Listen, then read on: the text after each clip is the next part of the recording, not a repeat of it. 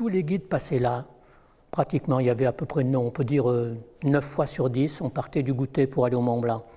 Alors il y avait un guide qui m'a également marqué, avec qui j'ai entretenu des relations, on dira, très, très amicales, mais en même temps, moi, si je peux m'exprimer ainsi, j'étais assez déférent envers ces gens-là. Pourquoi ?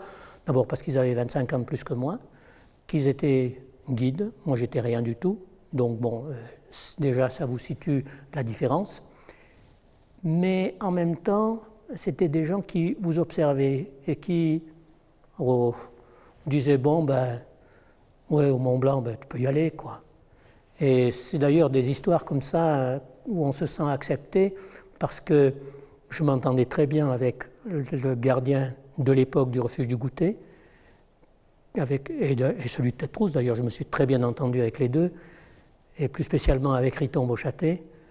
Et pour raconter l'histoire, parce que c'est là où on voit qu'on est accepté. L'été 64 a été très sec, très beau, très chaud, tout le temps. Pratiquement pas d'orage, pas de mauvais temps de toute façon. Je portais énormément. Enfin, quand je veux dire énormément, je portais tous les jours. Tous les jours et quelquefois même jusqu'à 2 fois par jour, depuis le nid d'aigle jusqu'au Goûter. Avec toujours entre 30 et 40 kilos, quoi. Bon. Et je descendais toujours par le même chemin, par le glacier de Bionnassay, ce qui à l'heure actuelle est plus rare en milieu de saison parce que réchauffement climatique oblige, les névés ne sont plus là. Donc je descendais toujours par le glacier de Bionnassay et j'arrivais juste au-dessus du nid d'aigle où il y a, comme on dit, commence à avoir un peu d'herbe. Et à avoir un peu d'herbe, là il y avait un gars qui avait planté sa tente avec sa famille. Une tente d'ailleurs, une grande tente, ce n'est pas une tente canadienne. Hein. Et un jour, ce gars, il m'arrête. Il m'arrête, puis il me dit, vous faites quoi? Alors je lui dis, je lui explique. Je lui dis, voilà, moi, vous voyez, et vous allez au Mont Blanc? Je lui dis, non, moi, je ne vais pas au Mont Blanc, je vais au Goûter. Il me dit, mais Mont Blanc, vous y êtes allé? Je dis, ouais, je suis allé, mais bon, pour moi, comme ça. Puis il me dit, mais vous m'emmèneriez au Mont Blanc? Alors j'éclate de rire, puis je lui dis, mais c'est pas possible, moi, je suis porteur, j'ai aucun diplôme, je peux pas. Il faudra vous adresser à des guides. Et puis je fais mon voyage au Goûter, je vois Riton, puis je dis tiens, ça m'est arrivé une histoire, je me souviens très bien. Et je lui dis, il y a un gars, il m'a arrêté, il m'a dit qu'il voulait, il aurait bien aimé que je l'emmène au Mont Blanc.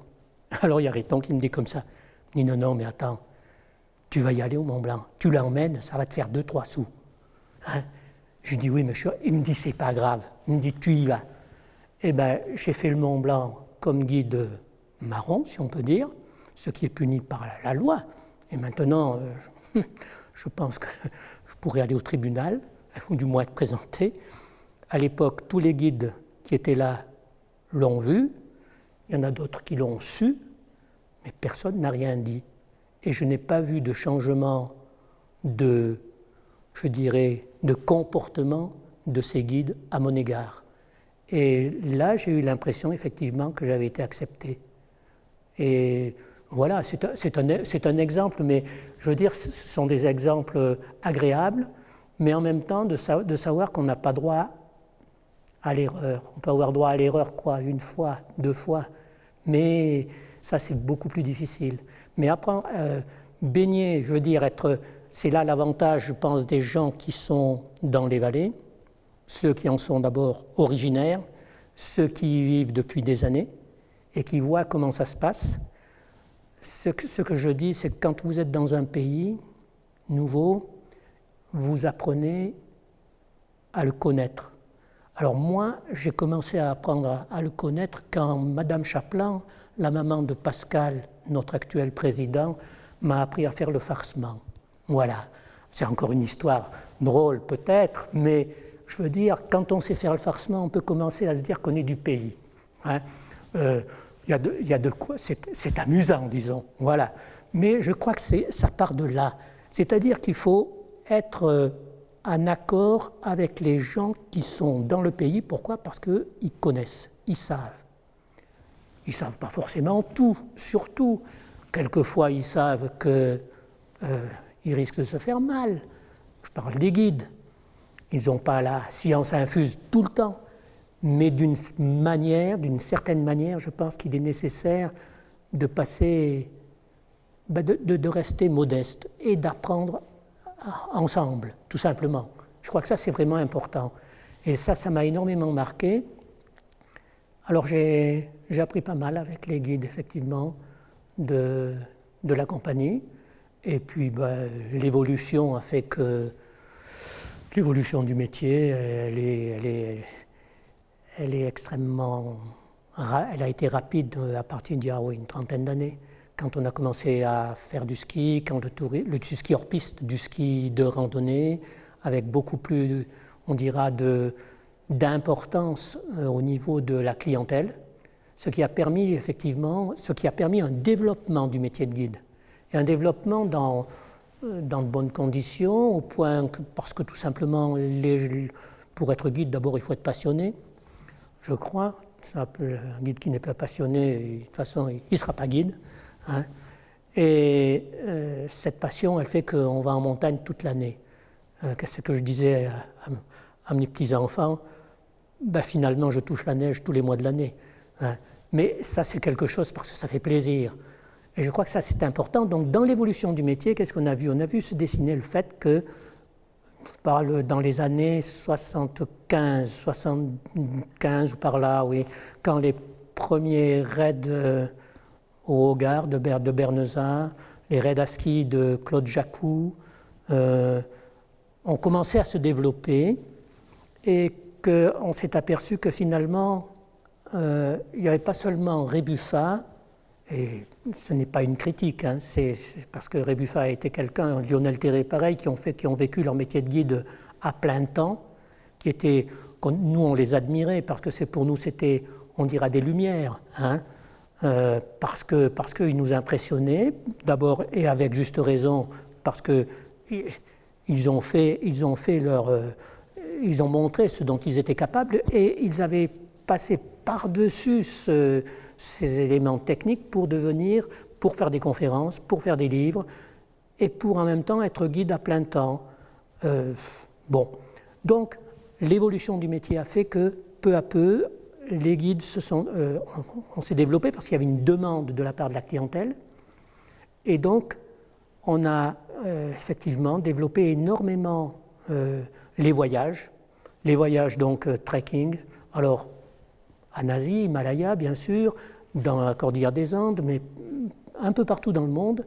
Le guide n'est pas seulement, resté sur le plan technique quelqu'un qui grimpe, c'est que ça a été un organisateur et je crois que ça c'est un entrepreneur de voyage et des gens qui finalement sont, n'ont peut-être pas forcément, on n'a pas forcément les qualités, on dira, intellectuelles avec des diplômes, mais je pense qu'on a la manière de faire qui ouvre les portes et ça c'est extrêmement important. Je n'ai jamais vu de guide ne pas être entreprenant et ne pas réussir. Je crois que ça c'est dans le métier lui-même, ça tient au métier, parce que dans ce métier, ou du moins dans cette activité, quand on fait une course, d'abord on ne fait jamais la même course, même si on va 10 fois, 12 fois dans la saison sur le même sommet, parce qu'on est confronté toujours à quelque chose de nouveau. Même si ce nouveau, sans le remâcher, le recuit, il n'y a pas de problème. Mais il faut toujours être vigilant, il faut toujours être aux aguets, être ouvert à ce qui va se passer, ce qui fait qu'on a un esprit d'entreprise qui finalement permet de rebondir et pour certains d'exercer toute l'année. Alors est-ce qu'il y en a beaucoup? De ce que je sais, j'ai l'impression qu'on est toujours là actuellement on doit être à quelque chose comme 20 ou 25% qui disent exercer à l'année. C'est peut-être pas beaucoup, mais il y a une frange non négligeable, importante, qui, profitant de leur capacité, de ce qu'ils savent comme métier, de ce métier, font autre chose et rebondissent sur d'autres activités. Et je crois que ça, c'est extrêmement intéressant. Ça, c'est quelque chose qui me semble important. Dans l'évolution, ce qu'on pourrait noter, c'est qu'effectivement, maintenant, dans le ski est devenu pour certains, la moitié de l'activité. Ce qui explique d'ailleurs qu'à l'ENSA, la formation accorde autant d'importance à la formation d'hiver et de printemps en ski, et en cascade de glace bien sûr, en alpinisme, c'est évident, en raid à ski, mais le ski devient quelque chose d'extrêmement important, ce qui explique qu'à l'ENSA, on a la moitié à peu près de la formation qui est dévolue au stage d'hiver et de printemps, tout simplement. Et c'est normal. C'est normal, d'autant plus normal que chaque année nous avons malheureusement des accidents. Il a fallu, cette évolution n'est pas allée effectivement sans en essuyer les plâtres, je dirais. Et ces plâtres chez nous, c'est pas seulement du plâtre pour une jambe cassée, mais c'est malheureusement des accidents graves. Et effectivement, il a fallu là aussi accompagner ces problèmes d'accidentologie par une réflexion et qui se traduit au niveau du syndicat des guides, au niveau des compagnies, et je dirais en liaison, tout cela en liaison relativement étroite avec l'ENSA, à une prise de conscience qu'il faut faire attention, qu'il y a une culture montagne à garder et que nous sommes tout simplement soumis à ce que la montagne nous dit de faire ou nous permet de faire, tout simplement. Hein. Il est évident qu'on arrive quelquefois à franchir comment on se réfère toujours évidemment à la circulation, on dit on franchit la ligne blanche.